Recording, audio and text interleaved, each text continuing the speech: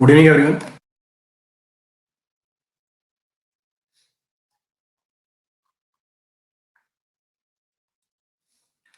Hope you all are doing good.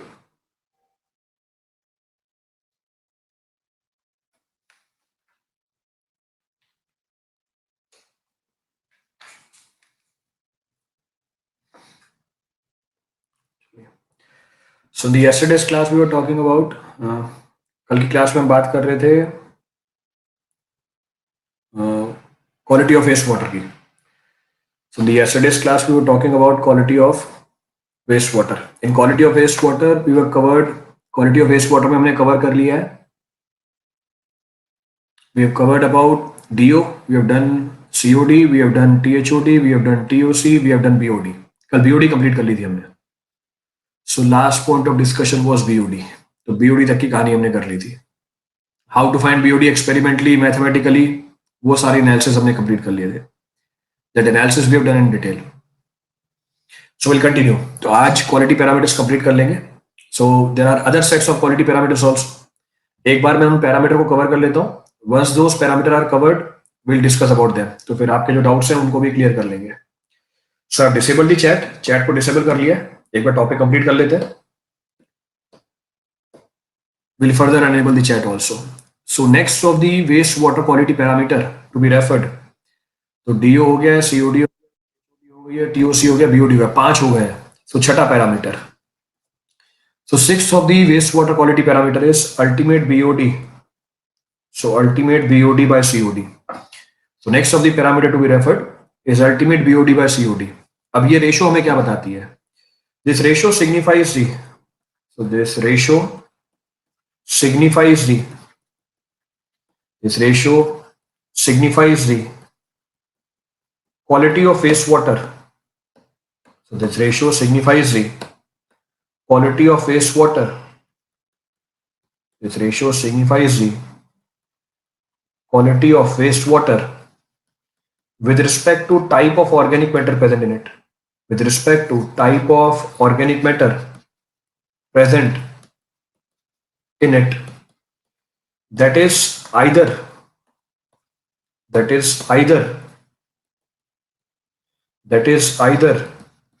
biodegradable or non-biodegradable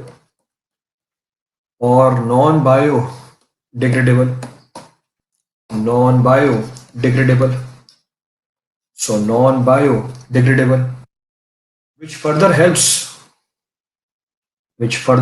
in deciding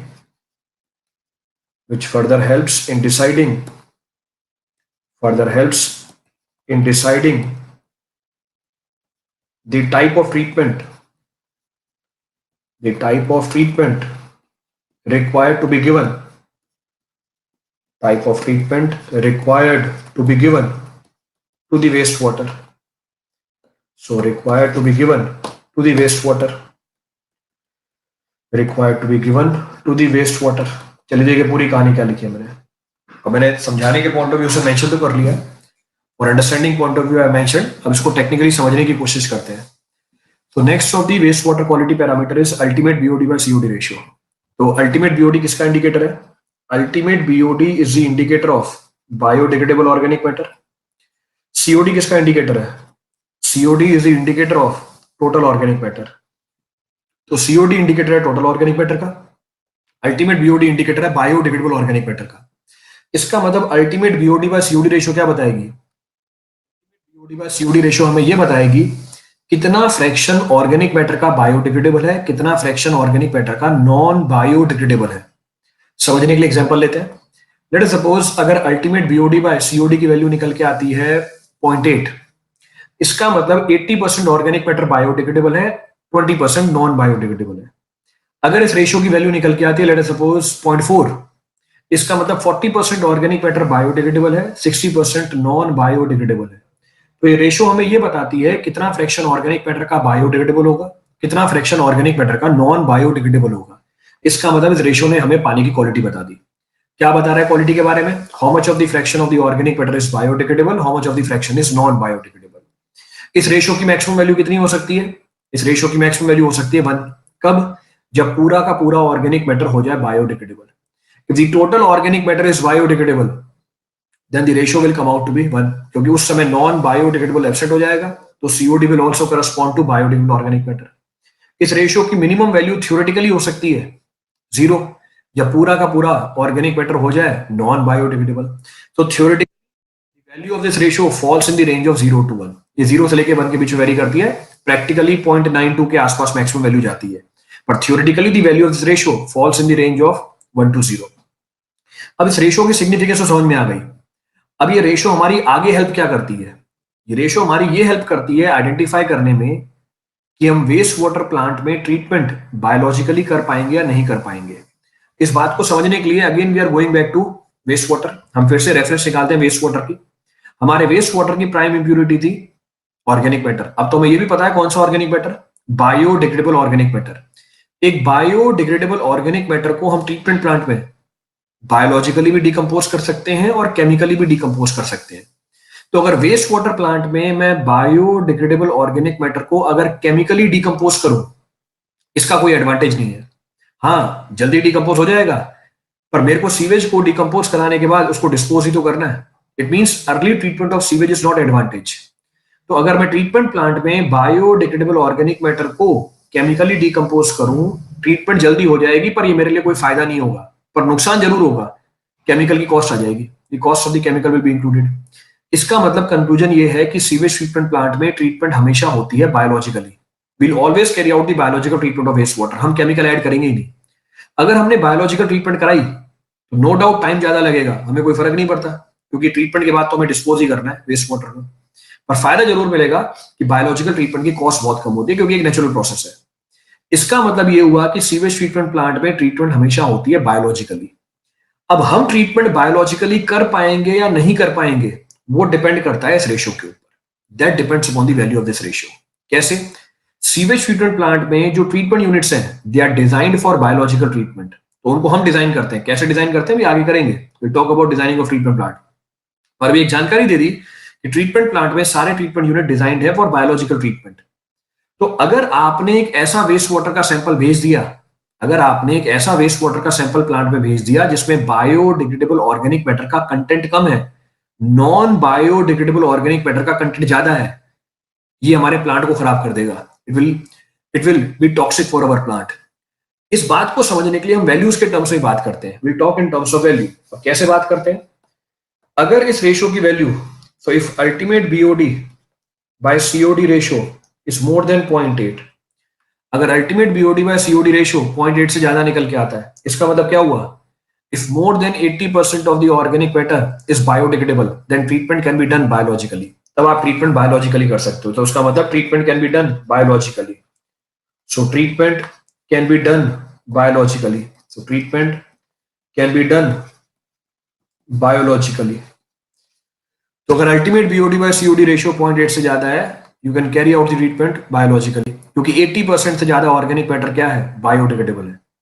पर अगर if this ratio, so if ultimate BOD by COD ratio, अगर ये ultimate BOD by COD ratio 0.5 से कम है, if this ratio is less than 0.5, इसका मतलब अगर 50% से ज्यादा, अगर 50% से ज्यादा ऑर्गेनिक मैटर नॉन बायोडिग्रेडेबल है, treatment can not be done. So treatment can not be done biologically. आप ट्रीटमेंट को बायोलॉजिकली नहीं कर सकते, क्योंकि ये वेस्ट वाटर अब हमारे प्लांट के लिए टॉक्सिक होगा. इस बात को समझने के लिए एग्जांपल ही लेते हैं. To understand this point, take an example. Let us suppose हमने हमारे वेस्ट वाटर की क्वालिटी चेक करी. वेस्ट वाटर की क्वालिटी चेक करी, उस वेस्ट वाटर में अल्टीमेट बीओडी निकल के आ गई 200 मिलीग्राम पर लीटर. तो बीओडी कैसे निकालते हैं वो आपको बता रखा है. मैंने पहला केस लिया, सीओडी निकाली इसकी. जब मैंने इसकी सीओडी निकाली, it comes out to be 2000 milligram per litre. दूसरा केस लिया, मैंने इसी वेस्ट वाटर सैंपल की सीओडी निकाली, it comes out to be 220 milligram per litre. तो दो केस लिए. अल्टीमेट बीओडी है वेस्ट वाटर की 200, सीओडी पहले केस में 2000, दूसरे केस में 220. तो अगर पहले केस में if I find ultimate BOD by COD ratio, तो अल्टीमेट बीओडी बाय ये निकल के आ रहा है 0.1. इसका मतलब पहला वाला केस में ऐसा वेस्ट वाटर का सैंपल है जो 10% ही बायोडिग्रेडेबल है पर 90% नॉन बायोडिग्रेडेबल है. इसका मतलब इस वेस्ट वाटर की ट्रीटमेंट आप प्लांट में बायोलॉजिकली नहीं कर पाओगे. ये टॉक्सिक है हमारे प्लांट के लिए, डिस्टॉक्सिक फॉर आवर प्लांट, क्योंकि आपने एक ऐसा वेस्ट वाटर का सैंपल भेजा विच इज 90% नॉन बायोडिग्रेडेबल। उसी तरीके से मैंने दूसरा केस निकाला। दूसरे केस में ultimate BOD by COD ratio, so ultimate BOD by COD ratio approximately 0.9, exact value आप निकाल सकते हैं, मैंने इसको 0.9 लिख दिया है, तो उसी के आसपास वैल्यू निकल के आएगी। तो दूसरे वाले वेस्ट वाटर के सैंपल के अंदर 90% ऑर्गेनिक मैटर बायोडिग्रेडेबल है। It means this sample of the waste water can be treated biologically. तो ये रेशियो हमारी हेल्प करती है ये पता करने में कि वेस्ट वाटर प्लांट में हम ट्रीटमेंट बायोलॉजिकली कर पाएंगे या नहीं कर पाएंगे। तो कहने का मतलब है ये भी हमारा एक क्वालिटी पैरामीटर है। This is also one of the quality parameter of waste water. Quality बता रहा है how much of the fraction of organic matter is biodegradable, how much of the fraction is non biodegradable। इसी तरीके से हमारे पास एक और रेशियो है। On the same lines we have one more ratio which also indicates the quality of waste water। अब क्या है वो ratio? That ratio is COD by TOC ratio। तो जैसे ultimate BOD by COD ratio है, वैसे ही COD by TOC ratio है। ये भी क्या बताती है? This ratio also signifies This ratio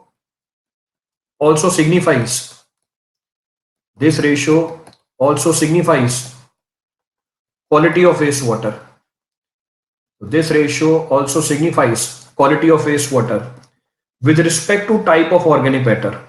So with respect to type of organic matter, कहने का मतलब है अभी तक की कहानी सेम, अभी तक की कहानी में कोई डिफरेंस नहीं निकल के आया। पीछे वाली रेशियो भी हमें ये बता रही थी कि कैसा ऑर्गेनिक मैटर है, पर अब आगे डिफरेंस आ जाएगा। With respect to type of organic matter that is either simple और कॉम्प्लेक्स। पीछे वाली रेशियो हमें यह बता रही थी कि ऑर्गेनिक मैटर कितना बायोडिग्रेडेबल है, कितना नॉन बायोडिग्रेडेबल है। सीओडी बाय टीओसी रेशियो हमें यह बताता है कि ऑर्गेनिक मैटर कितना सिंपल है या कितना कॉम्प्लेक्स है। अब कैसे बताता है उसको समझने की कोशिश करते हैं। We calculate COD by performing the test. वो टेस्ट आपको पीछे बता रखा है, टाइट्रेशन के ऊपर बेस्ड है। और उस टाइट्रेशन का प्रिंसिपल क्या है? उस टाइट्रेशन का प्रिंसिपल ये है that gram equivalent of potassium dichromate used will be equal to gram equivalents of organic matter in the system. जितने ग्राम इक्विवेलेंट पोटेशियम डाइक्रोमेट के यूज होंगे उतने ही ग्राम इक्विवेलेंट ऑर्गेनिक मैटर के सिस्टम में होंगे। ये हमारा प्रिंसिपल था उस टाइट्रेशन का। तो सीओडी बाय टीओसी रेशियो मुझे कैसे बता रही है कि ऑर्गेनिक मैटर सिंपल है या कॉम्प्लेक्स है? इस बात को समझने के लिए मैं टीओसी को कांस्टेंट बना रहा हूं। टीओसी भी इंडिकेटर है ऑर्गेनिक मैटर का इन टर्म्स ऑफ कार्बन कंटेंट। तो दो वेरिएबल है, नहीं समझ पाएंगे तो एक वेरिएबल को कांस्टेंट बनाते हैं। तो मैंने टीओसी को कांस्टेंट बना दिया। इसका मतलब ऑर्गेनिक मैटर की क्वांटिटी फाइनाइट हो गई और फिक्स हो गई पानी में। पहला केस लिया। पहले केस में जब मैंने सीओडी टेस्ट परफॉर्म किया तो सीओडी की वैल्यू ज्यादा निकल के आई। मैंने perform COD test, the value of COD comes out to be more. अब सीओडी की वैल्यू ज्यादा क्यों आ रही है? सीओडी की वैल्यू ज्यादा इसलिए आ रही है क्योंकि पोटेशियम डाइक्रोमेट ज्यादा यूज हो रहा है। पोटेशियम डाइक्रोमेट ज्यादा क्यों यूज हो रहा है? क्योंकि ऑर्गेनिक मैटर सिंपल है। तो अगर ऑर्गेनिक मैटर सिंपल हुआ, पोटेशियम डाइक्रोमेट उसको डिकम्पोज करेगा, डिकम्पोजिशन में पोटेशियम डाइक्रोमेट यूज होगा, तो पोटेशियम डाइक्रोमेट का कंजप्शन ज्यादा निकल के आएगा, हम सीओडी ज्यादा बता देंगे। It means simpler is the organic matter, higher is the COD, higher is the value of this ratio. तो जितनी ज्यादा वैल्यू आएगी इस रेशियो की उतना ही सिंपल ऑर्गेनिक मैटर। उसी तरीके से सेम ऑर्गेनिक मैटर है, सेम पानी का सैंपल है। अब जब मैं सीओडी टेस्ट परफॉर्म कर रहा हूं, सीओडी की वैल्यू कम आ रही है। क्यों कम आ रही है? क्योंकि इस बार ऑर्गेनिक मैटर कॉम्प्लेक्स है। Now the organic matter is complex. तो अगर ऑर्गेनिक मैटर कॉम्प्लेक्स हुआ, पोटेशियम डाइक्रोमेट यूज नहीं होगा उसको डिकम्पोज करने के लिए, पोटेशियम डाइक्रोमेट की वैल्यू कम निकल के आएगी कंजप्शन की, तो हम सीओडी भी कम बताएंगे। सीओडी कम आएगी तो ये रेशियो भी कम निकल के आएगी। तो अगर इस मतलब रेशियो कम तो ऑर्गेनिक मैटर कॉम्प्लेक्स, रेशियो ज्यादा तो ऑर्गेनिक मैटर सिंपल। तो इस रेशियो ने भी आपको क्वालिटी बता दी वेस्ट वाटर की। किस रिस्पेक्ट में? इस रिस्पेक्ट में कि हमारे सैंपल के अंदर जो ऑर्गेनिक मैटर है वो कितना सिंपल है या कितना कॉम्प्लेक्स है। तो इसका मतलब टेक्निकली इस रेशियो की maximum value simplest organic matter के लिए होनी चाहिए।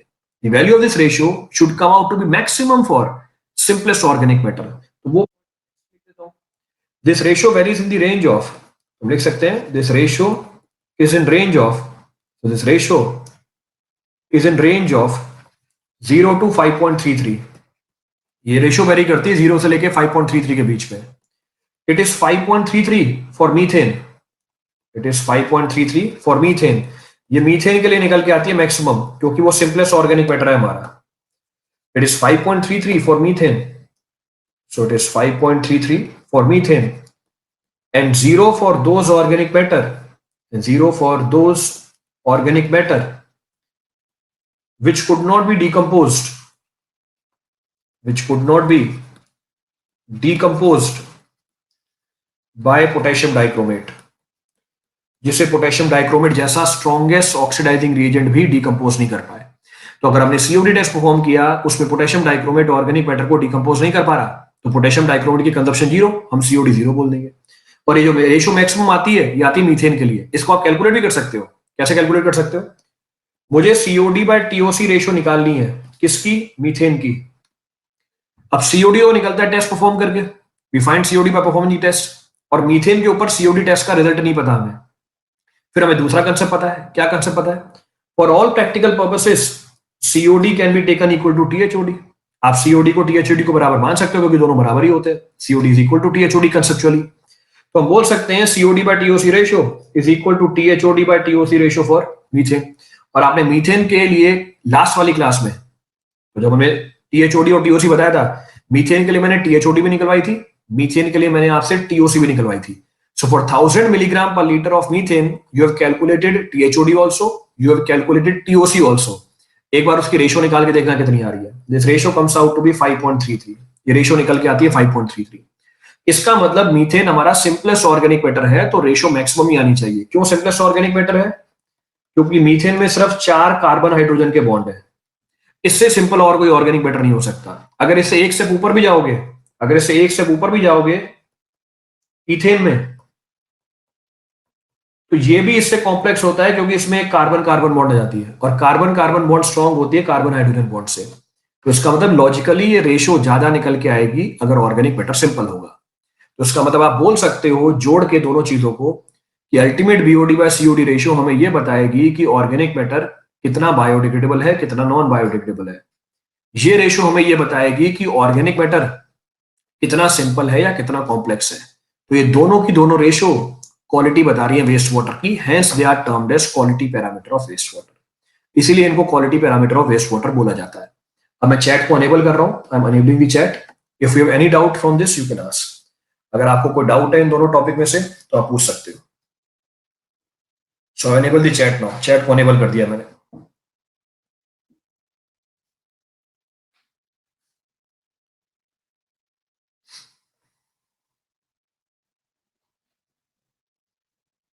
Previous slide. So previous slide.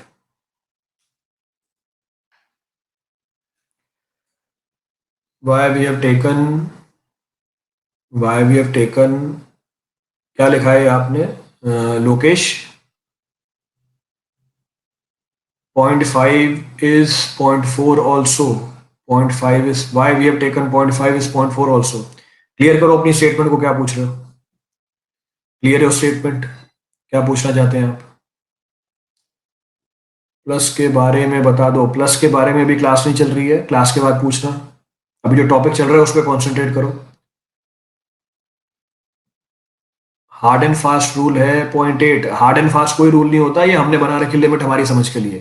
तो ऐसा नहीं है कि मैंने 0.8 बोल दिया तो अगर ये 0.79 निकल के आया तो आप बोलोगे सर अब क्या होगा 0.79 पे। तो कोई हार्ड एंड फास्ट चीज नहीं है, सारी चीजें हमने डिजाइन कर रखी है हमारी सिंप्लिसिटी के लिए। तो अगर 0.79 भी निकल के आता है आप उसको बायोलॉजिकली ट्रीट कर सकते हो, 0.78 भी आता है आप बायोलॉजिकली ट्रीट कर सकते हो। तो इतनी अंडरस्टैंडिंग रखनी है हमें। सर एनवायरमेंट के बाद अभी जो चल रहा है उस पर कॉन्सेंट्रेट करो। जीरो वाला केस बता दो। जीरो वाला केस ये है कि हमारा ऑर्गेनिक मैटर इतना कॉम्प्लेक्स है कि जब मैंने उसके ऊपर सीओडी टेस्ट परफॉर्म किया, सीओडी की वैल्यू जीरो आ गई। कहने का मतलब है पोटेशियम डाइक्रोमेट ऑर्गेनिक मैटर को डिकम्पोज ही नहीं कर पाया। तो इतना स्ट्रॉन्ग ऑर्गेनिक मैटर है कि पोटेशियम डाइक्रोमेट उसे डिकम्पोज ही नहीं कर पा रहा। इसका मतलब सीओडी की वैल्यू हमारी जीरो निकल के आ रही है। तो अगर सीओडी की वैल्यू जीरो आ रही है तो COD by TOC ratio zero आ रहा है। तो अगर वो रेशियो जीरो आ रहा है कौन से ऑर्गेनिक मैटर के लिए आएगा? इतने कॉम्प्लेक्स ऑर्गेनिक मैटर के लिए आएगा जिसे पोटेशियम डाइक्रोमेट जैसा स्ट्रॉन्गेस्ट ऑक्सीडाइजिंग रिएजेंट भी डिकम्पोज नहीं कर पा रहा। क्लियर है? भी करना है इसमें कुछ? सर सीओडी टीएचओडी कैसे हुआ? देवाशीष आप लास्ट क्लास नहीं लगा रहे हो क्या? Are you not attending the previous classes? पीछे डिस्कस किया हुआ है हमने। For all practical purposes THOD is equal to COD, दोनों का मतलब सेम होता है। Both points are same. Lokesh Kumar Tanveer value observational है, जिस वैल्यू के बाद हमारे ट्रीटमेंट प्लांट में प्रॉब्लम पड़ने लग गई उस वैल्यू को हमने स्टैंडर्ड लिया हुआ है। जो वैल्यूज हैं वो स्टैंडर्ड हैं, this values are standard. Link मैं आपको दे दूंगा लास्ट में। अमन अभी टॉपिक पे कॉन्सेंट्रेट करो, link I share in the last. Plus plus क्या है, लिंक कैसे होता है वो क्लास के लास्ट में मिलेगा। अभी मेन फोकस हमारा क्लास के ऊपर है, मेन फोकस है ऑन क्लास। जो टॉपिक चल रहा है उस पर कॉन्सेंट्रेट कीजिए। बायोलॉजिकल ट्रीटमेंट में तो टाइम लगता है, तो सीवेज वाटर को स्टोर क्यों करना पड़ेगा, सारे ट्रीटमेंट कंटिन्यूस होते हैं। बायोलॉजिकल ट्रीटमेंट में टाइम लगता है इसका मतलब पानी रोक के रखते हैं वहां पे, water is continuously flowing, water continuously flow करता है ट्रीटमेंट में।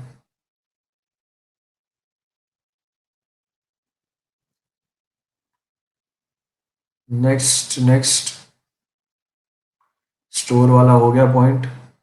सीओडी तो ज्यादा नॉन बायोडिग्रेडेबल के प्रेजेंस में नहीं होगी। नॉन बायोडिग्रेडेबल अगर ज्यादा हो तो सीओडी पे क्या फर्क पड़ेगा। नॉन बायोडिग्रेडेबल का मतलब जैसे माइक्रो ऑर्गेनिज्म डिकम्पोज नहीं कर पा रहा, केमिकल डिकम्पोज कर रहे हैं उसको, ऑर्गेनिक मैटर को। तो ऑर्गेनिक मैटर बायोडिग्रेडेबल हो नॉन बायोडिग्रेडेबल हो, सीओडी की वैल्यू दोनों पे डिपेंडेंट होती है, इट डिपेंड्स अपॉन बोथ। चलिए तो हो गई ये सारी कहानी। Why don't we undertake decomposition of non-biodegradable organic matter, cause at later stage it may also lead to the pollution post disposal. Nupur, you are talking about which pollution? जैसे हमने ये बोला कि बायोडिग्रेडेबल ऑर्गेनिक मैटर से दिक्कत है oxygen की consumption. अगर हमने बायोडिग्रेडेबल ऑर्गेनिक मैटर को डिकम्पोज करवाया पानी के अंदर, वो ऑक्सीजन कंज्यूम कर लेगा, इससे एक्वेटिक लाइफ पे फर्क पड़ता है।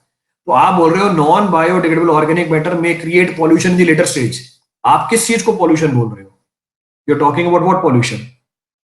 तो हमने तो क्लियरली स्पेसिफाई किया कि प्रॉब्लम ये थी बायोडिग्रेडेबल से।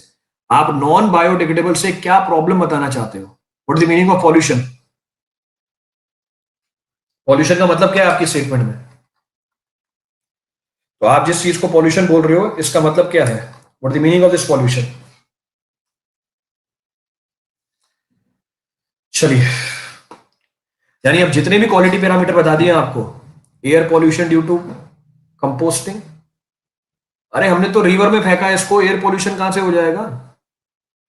सीवेज में जो नॉन बायोडिग्रेडेबल ऑर्गेनिक मैटर है उसको आपने रिवर में फेंका तो इससे एयर पॉल्यूशन हो जाएगा।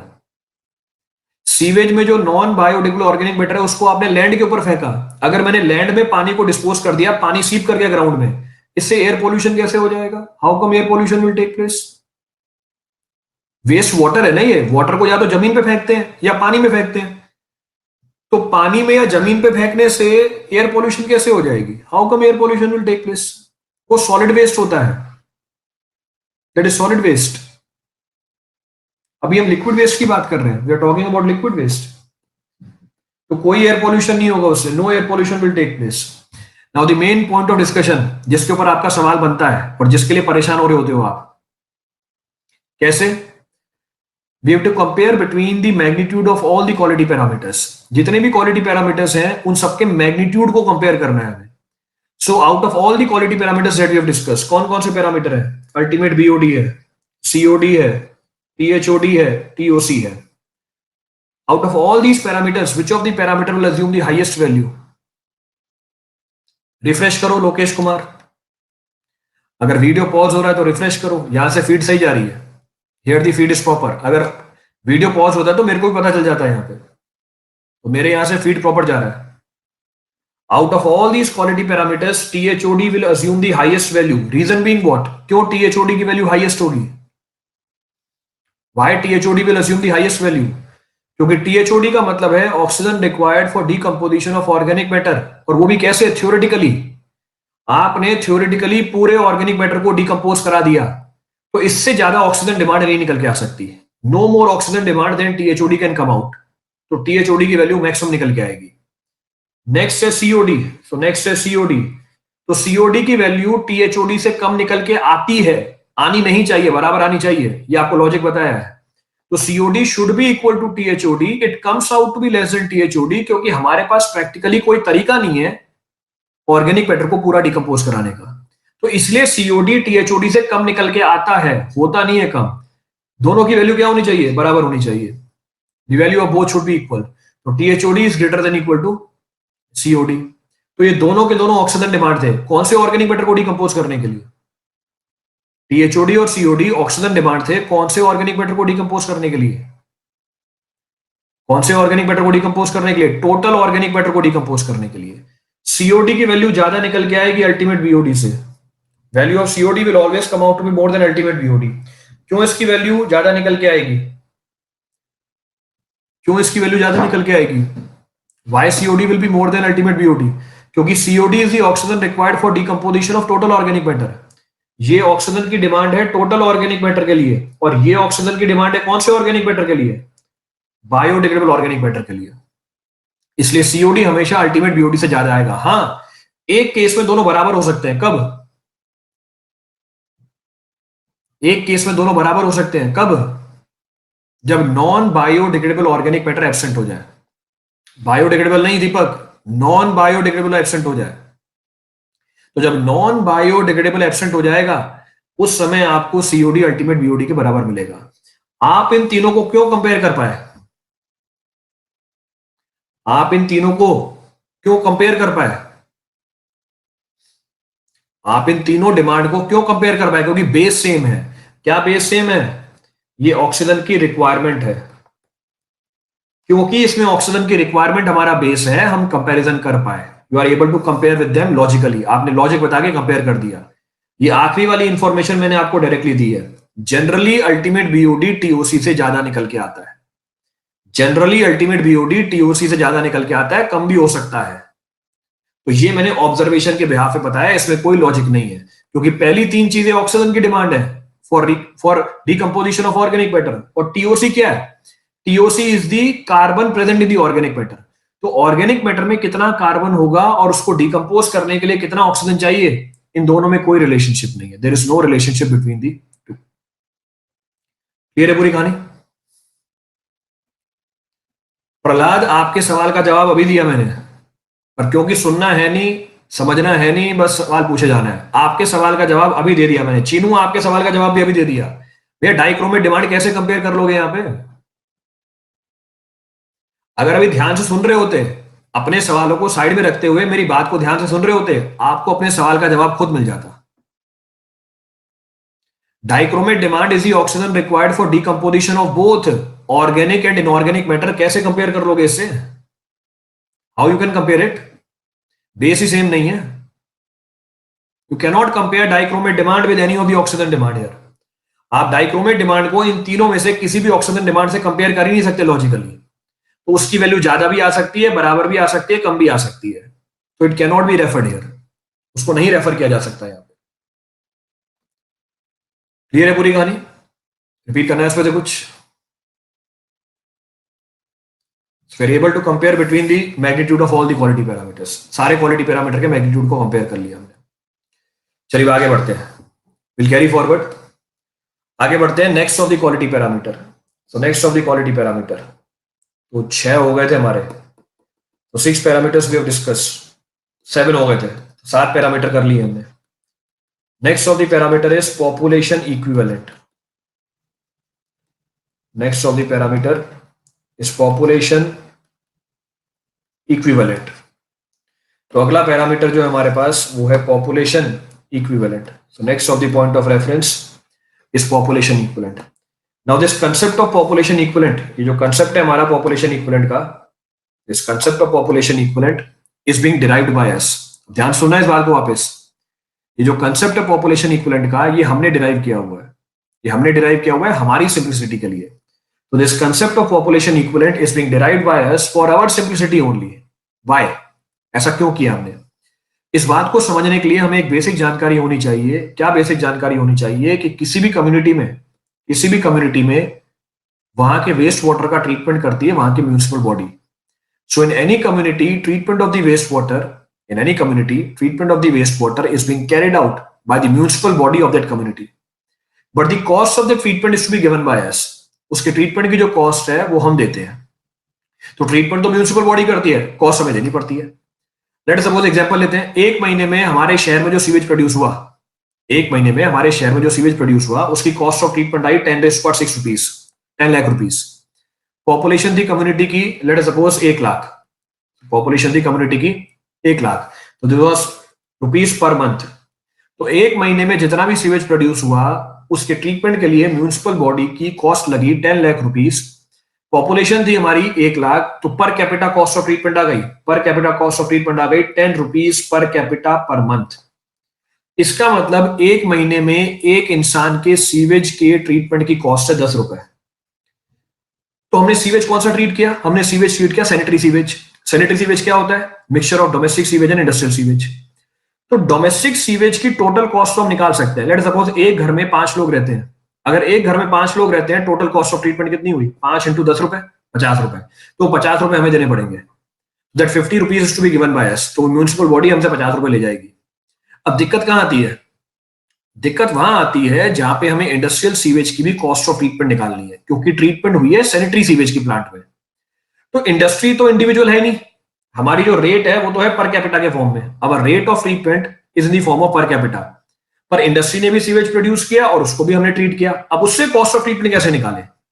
तो इंडस्ट्री के सीवेज जो प्रोड्यूस हुआ उसकी कॉस्ट ऑफ ट्रीटमेंट निकालने के लिए हमने एक कंसेप्ट डेवलप किया हुआ है। For that we have developed this concept. और अब ये चीज आप इसके नाम से समझ सकते हो, पॉपुलेशन इक्विवेलेंट। हम बस क्या करते हैं? हम बस ये पता कर लेते हैं कि वो इंडस्ट्री कितनी पॉपुलेशन के इक्विवेलेंट सीवेज प्रोड्यूस कर रही है। अगर कोई इंडस्ट्री 10,000 लोगों के बराबर सीवेज प्रोड्यूस कर रही है तो उसकी कॉस्ट ऑफ ट्रीटमेंट कितनी होगी? 10,000 इंटू 10 रुपीज, इसका मतलब 1 लाख रुपीज। तो पॉपुलेशन इक्विवेलेंट का कंसेप्ट हमने निकाला है, क्यों? इंडस्ट्रियल सीवेज की कॉस्ट ऑफ ट्रीटमेंट को डिटरमाइन करने के लिए। ये बेसिक फंडा है पॉपुलेशन इक्विवेलेंट का, जो आपको बता दिया। अब टेक्निकली तो मैं मेंशन कर ही दूंगा, technically I mention all the points, पर आपको अपने दिमाग में ये चीज रखनी है कि ये पॉपुलेशन इक्विवेलेंट हमने डिवाइस किया है तरीका ये पता करने के लिए that how to find the cost of treatment of industrial sewage. Industrial sewage की कॉस्ट ऑफ ट्रीटमेंट को कैसे निकाला जाता है। अब क्या मतलब है वो मेंशन कर देता हूं मैं इसमें। So number of individuals, so number of individuals, number of individuals, number of individuals producing the BOD, number of individuals producing the BOD at the rate of producing the BOD at the rate of average standard BOD of domestic sewage, average standard BOD of domestic sewage equal to that produced by an industry. So equal to that produced by an industry. So equal to that produced by an industry. Equal to that produced by an industry is termed as, so equal to that produced by an industry is termed as population equivalent, is termed as population equivalent. Next point, this population equivalent helps in finding the strength of sewage. This population equivalent helps in finding the strength of sewage, in finding the strength of sewage, in finding the strength of sewage, thereby helps in determining the, so thereby helps in determining the cost of treatment of this sewage, thereby helps in determining the cost of treatment, thereby helps in determining the cost of treatment of this sewage, cost of treatment of this sewage. अब देखिए पूरी कहानी क्या लिखी है। तो concept पूरा बता दिया है, अब उसको बस मैंने स्टेटमेंट के फॉर्म में लिख दिया। तो पॉपुलेशन इक्विवेलेंट का मतलब क्या होता है? तो पॉपुलेशन इक्विवेलेंट का मतलब होता है कितने लोग बीओडी प्रोड्यूस कर रहे हैं, किसके हिसाब से? Average BOD of domestic sewage के हिसाब से। किसके बराबर? एक इंडस्ट्री के बराबर। इन लोगों को हम बोलते हैं पॉपुलेशन इक्विवेलेंट। तो number of individuals producing the BOD at the rate of average standard BOD of domestic sewage equal to that produce by industry is known as population equivalent. तो ये निकल के आ गया आपका population equivalent. This is termed as population equivalent. इस बात को समझने के लिए एग्जांपल ले लेते हैं। To make you explain this point I am taking an example. Chat को अनेबल कर दिया। अब जो भी डिस्कशन हो रही है उसमें पार्टिसिपेट करो। जैसे एग्जांपल, हमारी एक इंडस्ट्री है, तो ये इंडस्ट्री का डाटा है, ये डोमेस्टिक सीवेज का डाटा है। तो आपको दोनों का डाटा दे रहा हूं मैं। तो ये इंडस्ट्री का डाटा है, तो industrial sewage, this is domestic sewage. तो ये हमारा डोमेस्टिक सीवेज है। So industrial sewage, domestic sewage. तो पहला डाटा है BOD. So BOD, let us suppose BOD 15 नहीं है, बीओडी ऑफ इंडस्ट्रियल सीवेज है। This is BOD of industrial sewage, not BOD 15। पहली बार देख रहे हो गए सारी चीजें। It is BOD of industrial sewage. चलिए, हाँ, बीओडी ऑफ इंडस्ट्रियल सीवेज है 10⁶ kg per day. So BOD of industrial sewage is 10⁶ kg per day. BOD of domestic sewage is 100 gram per capita per day. अब मतलब क्या है, एक industry है हमारी, इंडस्ट्री ले लेते हैं, कोई सी भी एग्जांपल लेता हूं मैं। इंडस्ट्री है हमारी, लेट अस सपोज डेयरी, एक मिल्क प्रोड्यूसिंग इंडस्ट्री है हमारी। तो मिल्क प्रोड्यूस हो रहा है डेयरी के अंदर, और साथ में सीवेज भी वो डिस्पोज कर रही है। उसके सीवेज में टोटल बीओडी है 10⁶ kg पर डे, और एक इंडिविजुअल एक दिन में 100 ग्राम की बीओडी प्रोड्यूस कर रहा है। अब मुझे निकालना है पॉपुलेशन इक्विवेलेंट। मतलब क्या हुआ, मुझे ये पता करना है कि ये जो डेयरी है ऐसे कितने लोगों के बराबर बीओडी प्रोड्यूस कर रही है। I have to calculate this dairy is producing BOD equivalent to how many individuals which are producing the BOD at the rate of 100 grams per capita per day. कैसे निकाले? BOD of industrial sewage 10⁶ kg, kg को बदला ग्राम में, divided by 100, तो 9/2, so 10⁻7, 1 crore. क्या मतलब हुआ 1 करोड़ का? अब वैल्यू तो निकाल लिया आपने 1 करोड़। क्या है ये 1 करोड़? इसका मतलब ये है कि ये डेयरी 1 करोड़ लोगों के बराबर बीओडी प्रोड्यूस कर रही है, और जिसमें हर इंसान किस रेट से बीओडी प्रोड्यूस कर रहा है? 100 ग्राम पर कैपिटा पर डे से बीओडी प्रोड्यूस कर रहा है। इसका मतलब इस डेयरी की जो कॉस्ट ऑफ ट्रीटमेंट होगी will be 1 crore times more than cost of treatment of domestic sewage. इस डेयरी के जो सीवेज की ट्रीटमेंट की कॉस्ट होगी will be 1 crore times more than cost of treatment of domestic sewage. Clear है चीज?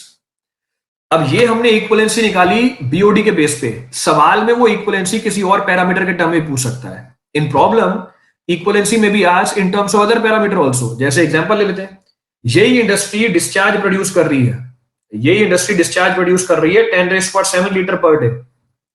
यही इंडस्ट्री डिस्चार्ज प्रोड्यूस कर रही है 10⁻7 लीटर पर डे। एक इंडिविजुअल सीवेज प्रोड्यूस करता है eight the rate of 200 litres per capita per day.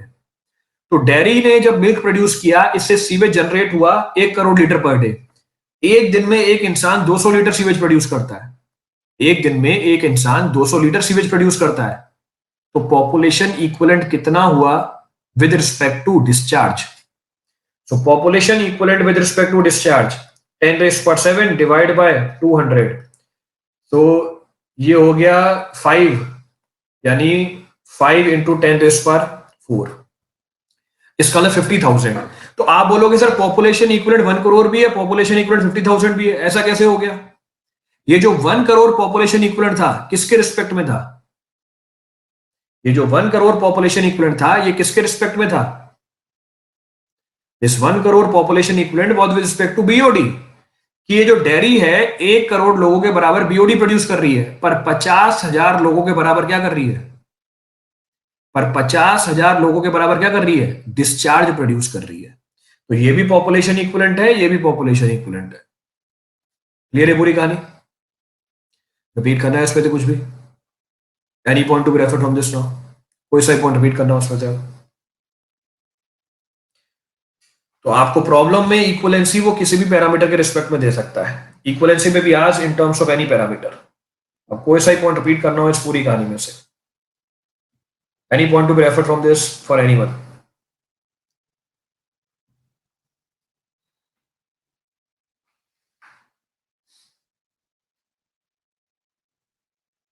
चलिए आगे बढ़ते हैं। We'll continue forward. So आगे बढ़ते हैं। नेक्स्ट, हाँ कुछ भी हो सकता है पैरामीटर। प्रॉब्लम में पैरामीटर कुछ भी हो सकता है। In problem any of the parameter can be given, COD, BOD, suspended solid, कुछ भी उठा के दे देगा आपको, discharge. So any of the quality parameter can be asked in terms of population equivalent, कुछ भी उठा के पूछ लेगा आपसे। चलिए, refer the next parameter. Next of the parameter is, ये कौन सा था, population equivalent, 8th। So next of the parameter is relative stability. So next of the parameter is relative stability. So relative stability. अब क्या relative stability? This concept of relative stability is also being derived by us. ये जो concept है relative stability का, ये भी हमने derive किया जैसे population equivalent का derive किया था। अब क्यों derive किया हुआ है? इसलिए डिराइव किया हुआ है क्योंकि हमारा हर एक सैंपल सीवेज का, every sample of sewage which is available with us is unstable. वो अनस्टेबल होगा हमेशा। हम किस चीज को अनस्टेबिलिटी बोल रहे हैं? Consumption of oxygen from our system by the sample of sewage is termed as instability. अगर हमारा सीवेज का सैंपल जहां पर भी आप इसको डिस्पोज कर रहे हो ऑक्सीजन कंज्यूम कर जाए, तो उसको हम बोल देंगे अनस्टेबिलिटी। क्योंकि सीवेज के सैंपल के अंदर हमेशा ऑक्सीजन होती है, हमेशा ऑर्गेनिक मैटर होता है, ऑक्सीजन की डेफिशिएंसी होती है। क्योंकि सीवेज के सैंपल के अंदर हमेशा ऑर्गेनिक मैटर होगा, ऑक्सीजन की डेफिशिएंसी होगी। ऑर्गेनिक मैटर डिकम्पोज करने के लिए माइक्रो ऑर्गेनिज्म हमारे सिस्टम में से ऑक्सीजन कंज्यूम कर जाएगा, और इस ऑक्सीजन को कंजप्शन को हमने बोल दिया अनस्टेबिलिटी। तो every sample of sewage in absolute term will be unstable. कैसे समझने के लिए एग्जांपल लेते हैं। दो सैंपल है सीवेज के, एक्स और Y. For understanding point of view I have taken two samples of sewage, X and Y. मैंने दोनों सैंपल में डीओ की वैल्यू लिखी। In either of the sample I have written the value of DO. तो हमने दोनों sample में DO की वैल्यू लिखी और दोनों सैंपल में बीओडी लिखी फर्स्ट स्टेज की। क्योंकि कंपैरिजन कर रहा हूं, बेस सेम बना के रखा मैंने। BOD of first stage is 10 milligram per litre. पहले सैंपल में डीओ था लेट अस सपोज 7 मिलीग्राम, दूसरे सैंपल में डीओ था लेट अस सपोज 4 मिलीग्राम। तो हमने सैंपल 1 को उठाया, रिवर में फेंक दिया। सैंपल 1 को ऑक्सीजन चाहिए थी 10 मिलीग्राम और इसमें ऑक्सीजन है 7 मिलीग्राम। तो 10 मिलीग्राम ऑक्सीजन चाहिए, 7 मिलीग्राम ऑक्सीजन है, तो सैंपल एक्स हमारे रिवर में से ऑक्सीजन कंज्यूम कर लेगा। कितनी ऑक्सीजन कंज्यूम कर लेगा? 3 मिलीग्राम की। तो सैंपल एक्स तो अनस्टेबल है क्योंकि इसने ऑक्सीजन को कंज्यूम कर लिया। मैंने सैंपल वाई को भी डिस्पोज किया रिवर में। इसको कितनी ऑक्सीजन चाहिए? 10 मिलीग्राम। खुद के पास कितनी है? 4 मिलीग्राम। ये भी हमारे सोर्स में से ऑक्सीजन को कंज्यूम कर लेगा। कितनी? 6 मिलीग्राम। तो ये भी अनस्टेबल है। तो एब्सोल्यूट टर्म में दोनों ही सैंपल अनस्टेबल है क्योंकि दोनों ने ही ऑक्सीजन को कंज्यूम किया हमारे सिस्टम में से। अब क्योंकि दोनों अनस्टेबल हैं, हम बात करते हैं कौन ज्यादा अनस्टेबल है, कौन कम अनस्टेबल है। तो वो सैंपल जो कम अनस्टेबल हुआ वो रिलेटिवली ज्यादा स्टेबल होगा। There by the name comes relative stability, इसलिए नाम निकल के आता है relative stability.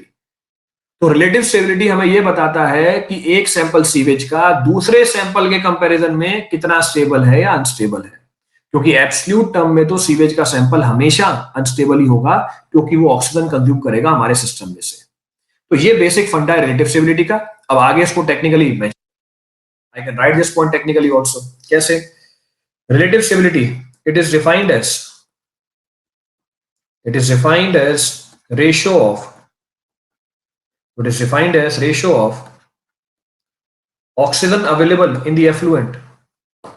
It is defined as ratio of oxygen available in the effluent. Oxygen available in the effluent to the total oxygen required. To the total oxygen required. To the total oxygen required for satisfaction of BOD of first stage. तो relative stability का मतलब क्या होता है? कितनी oxygen available है effluent में, ये लिखा था मैंने, कितनी ऑक्सीजन अवेलेबल है एफ्लुएंट में और कितनी ऑक्सीजन चाहिए फर्स्ट स्टेज बीओडी को सेटिस्फाई करने के लिए। इस रेशियो को हम बोल देते हैं रिलेटिव स्टेबिलिटी। अब ये बात तो मैंने समझाने के लिए बोली आपको। This statement I have given you only for understanding purpose. अब सवाल है ये पता कैसे करोगे, हाउ यू फाइंड दिस। तो इस रिलेटिव स्टेबिलिटी को पता करने के लिए हम टेस्ट परफॉर्म करते हैं। To find relative stability we perform the test. अब क्या करते हैं उस टेस्ट में हम सीवेज का सैंपल ले लेते हैं। We take the sample of sewage.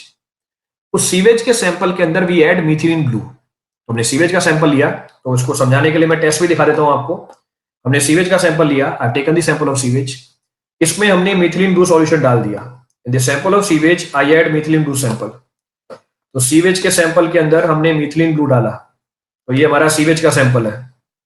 तो this is our sample of sewage. तो सीवेज के सैंपल के अंदर हमने मिथिलीन ब्लू डाल दिया, तो the sample of sewage we add methylene blue. तो ऑब्वियस सी बात है, जब सीवेज के सैंपल के अंदर मिथिलीन ब्लू डालोगे, the sewage will turn into blue, तो sewage will turn into blue, तो हमारा सीवेज का सैंपल ब्लू कलर का हो जाता है। Now the sewage sample turns into blue, तो अभी पूरा पानी का सैंपल ब्लू हो गया है। अब इस ब्लू कलर के पानी के सैंपल को हम रख देते हैं इंक्यूबेटर में। इस ब्लू कलर के पानी के सैंपल को हम रख देते हैं इंक्यूबेटर में। So we place this sample in the incubator.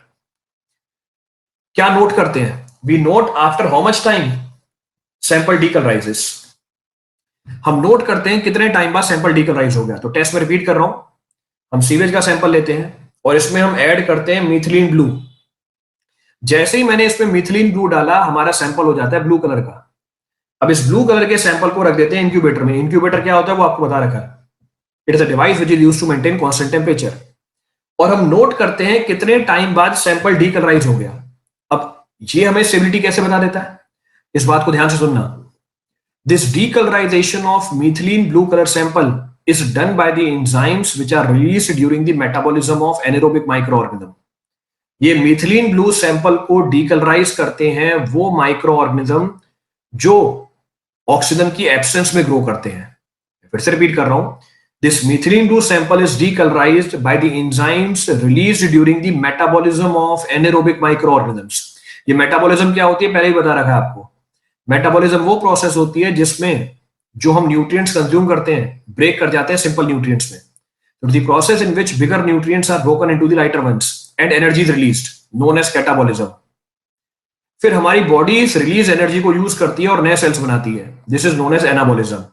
So you can say catabolism plus anabolism is equal to metabolism. तो हर एक लिविंग बॉडी के सर्वाइवल के लिए मेटाबॉलिज्म रिक्वायर्ड होती है।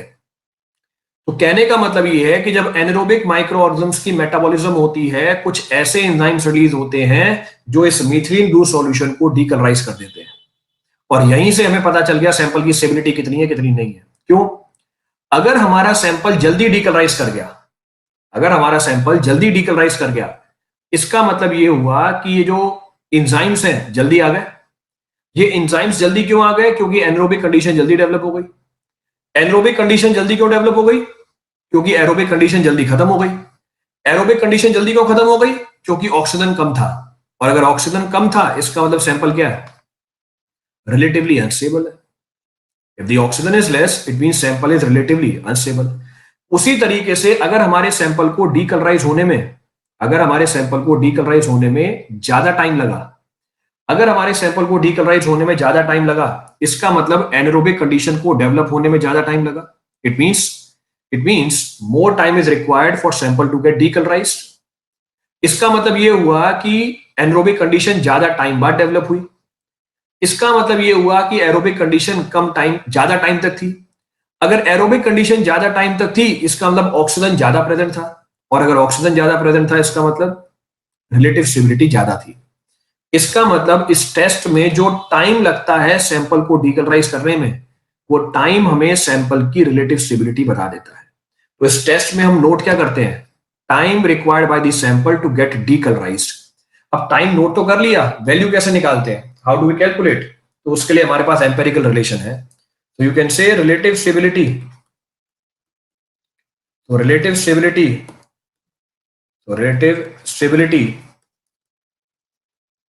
Can be computed as, relative stability can be computed as, तो दोनों में से कोई सा भी एक्सप्रेशन यूज कर सकते हो। तो relative stability is equal to 100 into 1 minus 0.794 raised to the power T20 और 100 into 1 minus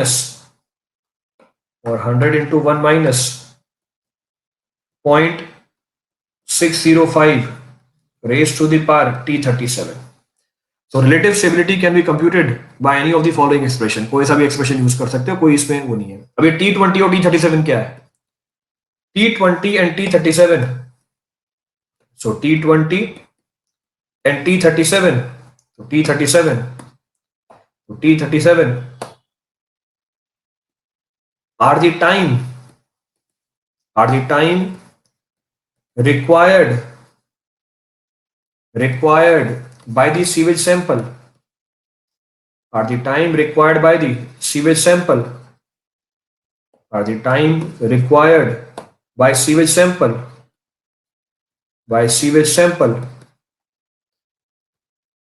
to get decolorized, required by the sewage sample to decolorize methylene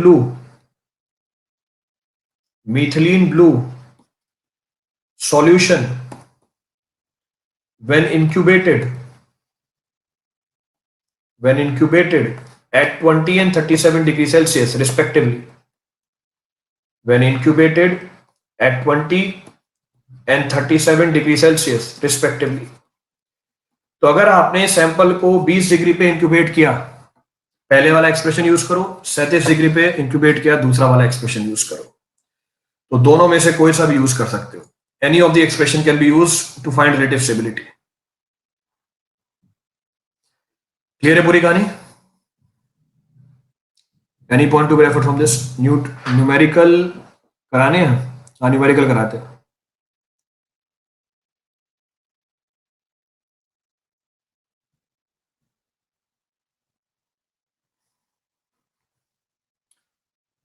four days लेते हैं? 4 डेज लेते नहीं है। अगर सैंपल 4 दिन से कम टाइम में डीकलराइज हो गया 20 डिग्री पे, तो उसको हम अनस्टेबल मानते हैं। If the sample decolorises in less than 4 days at 20 degrees Celsius, it is considered to be unstable. Oxygen available can be any. कौन सी ऑक्सीजन अवेलेबल है? It may be molecular also, it may be dissolved oxygen also, कोई सी भी हो सकती है। 20 degree और 37 degree पे ही क्या लिखा है? 20 डिग्री और 37 डिग्री पे रिजल्ट पे क्या अंतर है? कोई अंतर नहीं, सेम रिजल्ट आएगा। तो 20 डिग्री और 37 डिग्री पे रिजल्ट में कोई अंतर नहीं आएगा, अंतर will be same, stability same निकल के आएगी, कोई फर्क नहीं पड़ेगा।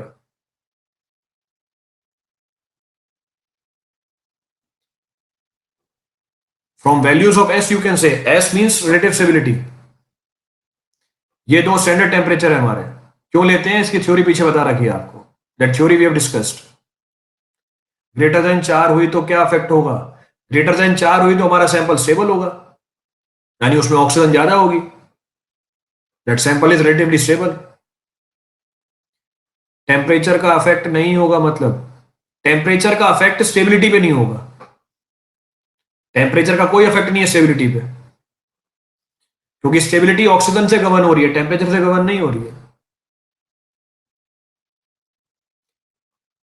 0.630 भी होता है क्या? नहीं, 0.605 होता है, वेरिएबल है वो वैल्यूज, हर लिटरेचर में अलग वैल्यू मिलेगी आपको। तो फैक्टर इज एम्पेरिकल, ये फैक्टर हमने डिराइव नहीं किया हुआ है, फैक्टर एम्पेरिकल है। एनी पर्टिकुलर वैल्यू बताए तो सही। अगर सैंपल 4 डिग्री से कम टाइम पे डीकलराइज हो गया 20 डिग्री पे, हम उसको अनस्टेबल मान लेंगे।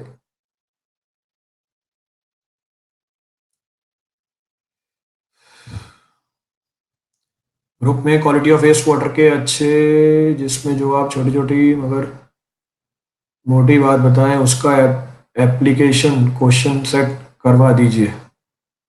ठीक है, एनी पर्टिकुलर वैल्यू बता दी आपको, वैल्यू बता दी। चलो उसको अप्लाई करके बताओ। Now apply this concept. एक प्रॉब्लम करो, refer the problem on this. Problem refer कीजिए इसमें, refer the problem on this. Problem refer कीजिए। प्रॉब्लम है, if biodegradable organic matter in sample of waste water is 3 times of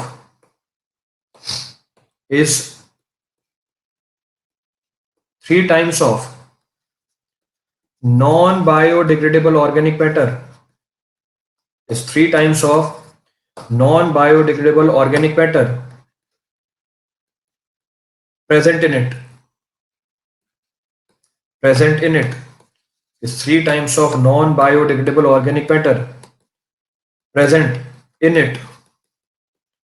Find BOD by COD ratio. So calculate BOD by COD ratio. आपको BOD by COD ratio निकालनी है. So 0.75, 0.25, 0.15, 0.51. चलिए calculate कीजिए. Calculate the value. मैं पोल start कर देता हूं. I am starting a पोल. मैंने पोल स्टार्ट कर दिया. सो आई स्टार्टेड अ पोल. तो जो भी वैल्यू निकल के आ रही है वो पोल में आप रिप्रेजेंट कर सकते हैं. You can represent it in the poll. So I started the पोल.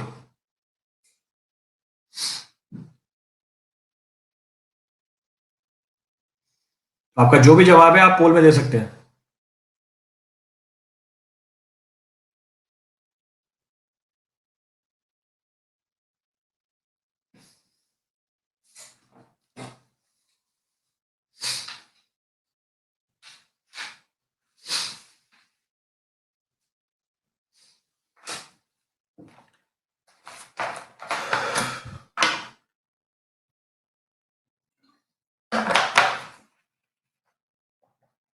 तो 80% लोगों ने गलत जवाब दिया है. 80 भी नहीं. कितने थे? हाँ टोटल. हाँ 2% लोगों ने सही जवाब दिया है. 80% लोगों ने नहीं. सबने ही गलत जवाब दिया है. एक ने भी नहीं दिया सही जवाब. 98% लोगों ने गलत जवाब दिया है.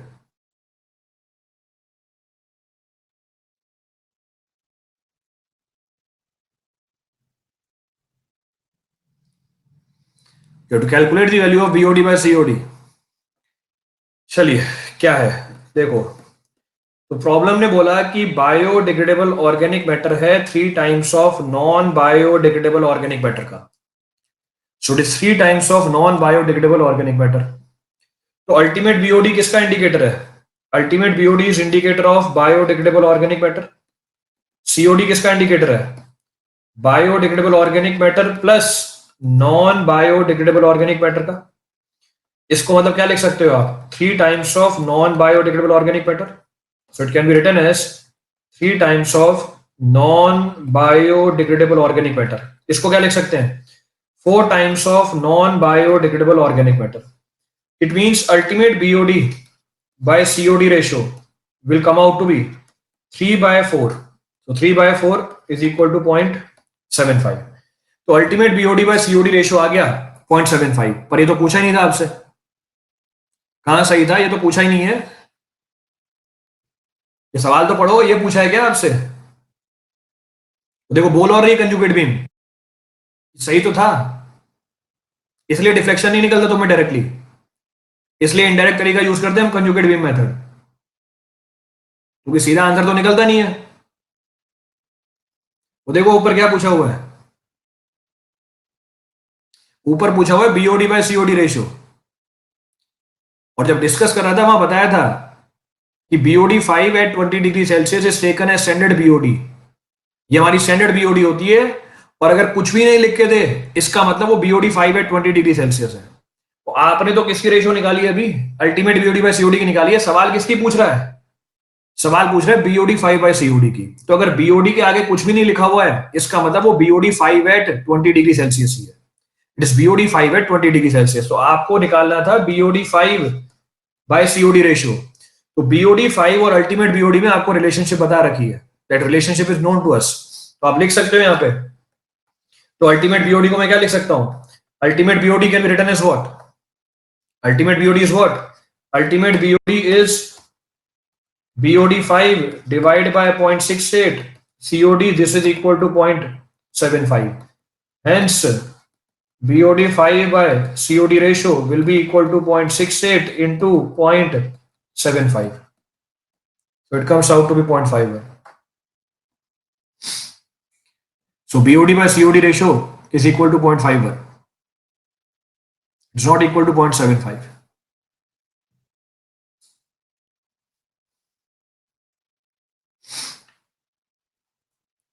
क्लियर है पूरी प्रॉब्लम?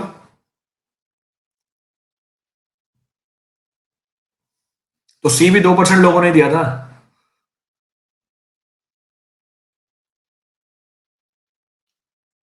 कंजुगेट बीम का सही था। चलो कोई बात नहीं, कोई इशू नहीं। चलिए refer the next problem. Next problem refer कीजिए। Refer the next problem. Next problem.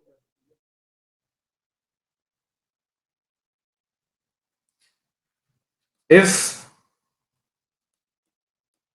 BOD5 at 20 degrees Celsius, if BOD5 at 20 degrees Celsius is equal to 100 milligram per liter, if BOD5 at 20 degrees Celsius is 100 milligram per liter,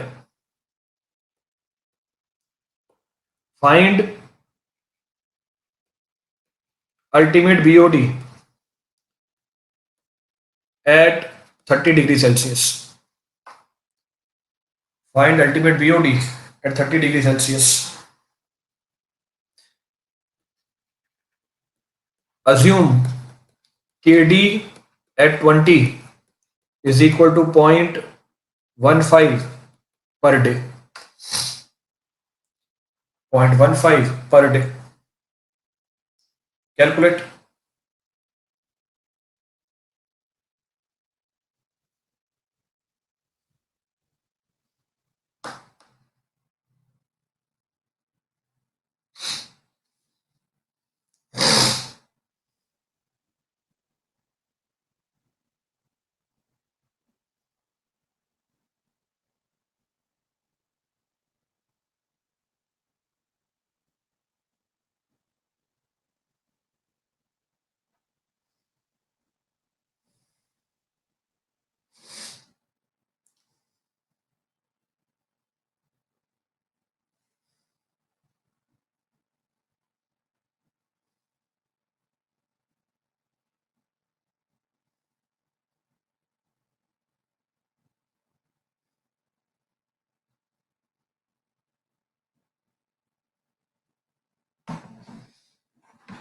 कितनी आ रही value?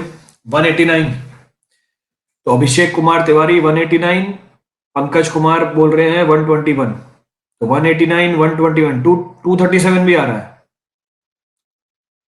चलो इतनी सारी values निकल के आ रही हैं, चार चार वैल्यूज। चलिए, सो BOD5 at 20 degree Celsius is equal to ultimate BOD into 1 minus 10 raised to power minus KD at 20 degree Celsius into 5। तो ये वैल्यू दी हुई है आपको 100 milligram. Ultimate BOD 1 minus 10 raised to power minus 0.15 into 5। कितनी आ रही है ultimate BOD यहाँ पे? What is this value coming out? If I simplify this, अगर मैं इसको सिंप्लीफाई करूं, क्या वैल्यू आ रही है? L not is equal to 100 upon 1 minus 10 raised to power 1 minus 10 raised to power minus 0.15 into 5. It comes out to be how much? 121.62 milligram per litre. ये ultimate BOD तो कौन से टेम्परेचर पे आई हुई है? ये अल्टीमेट BOD कौन से टेम्परेचर पे आई है? 20 डिग्री पे। हमें किस पे निकालनी है? 30 डिग्री पे। तो 30 डिग्री पे कैसे निकालोगे? तो अल्टीमेट BOD 30 डिग्री पे कैसे निकालोगे? How will find ultimate BOD at 30 degree Celsius? देखो मोहित मोहित सबसे पहले बोला था मोहित, सर ये तो 30 डिग्री पे निकालनी थी। मोहित का कमेंट देखो, सर 30 डिग्री पे निकालनी थी, आपने तो 20 डिग्री पे निकाल ली है। भाई अल्टीमेट BOD टेम्परेचर के साथ थोड़ी चेंज होती है, ये निकाल के भी दे रहा है शिवम। तो देखो निकाल भी ली इसने 30 डिग्री पे। अल्टीमेट BOD टेम्परेचर के साथ चेंज नहीं होती है। Ultimate BOD does not changes with temperature, वो कांस्टेंट है। तो जितनी 20 डिग्री पे है उतनी क्या होगी? 30 डिग्री पे होगी। It will not change with temperature. तो अब आगे मत एडिशन यूज करने लग जाना कि सर ये तो 20 डिग्री पे निकल के आई है, 30 डिग्री पे निकाल के दिया है उसे।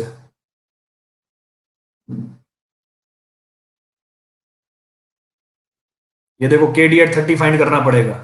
अरे KD एट 30 नहीं फाइंड करना पड़ेगा वैभव, अल्टीमेट BOD टेम्परेचर के साथ नहीं बदलती है। It does not changes with temperature. Abhishek Kumar, base ही कहां से लोगे? केडी कौन से बेस पे होता है? अभिषेक केडी दे रखा है आपको, केडी इजेड बेस 10, के इजेड बेस ई, के बेस ई पे होता है, केडी बेस 10 पे होता है। बेस ई पे क्यों कैलकुलेट कर रहे हो आप?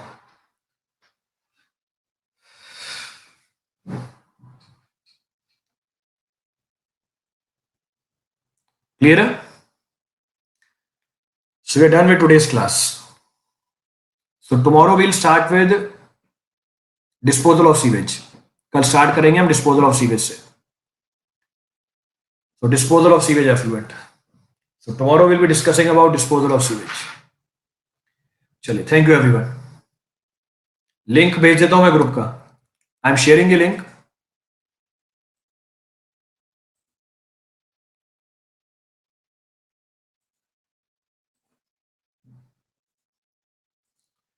लिंक मैंने शेयर कर दिया है।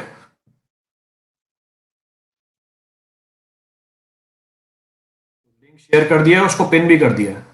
आई पिन द लिंक ऑल्सो।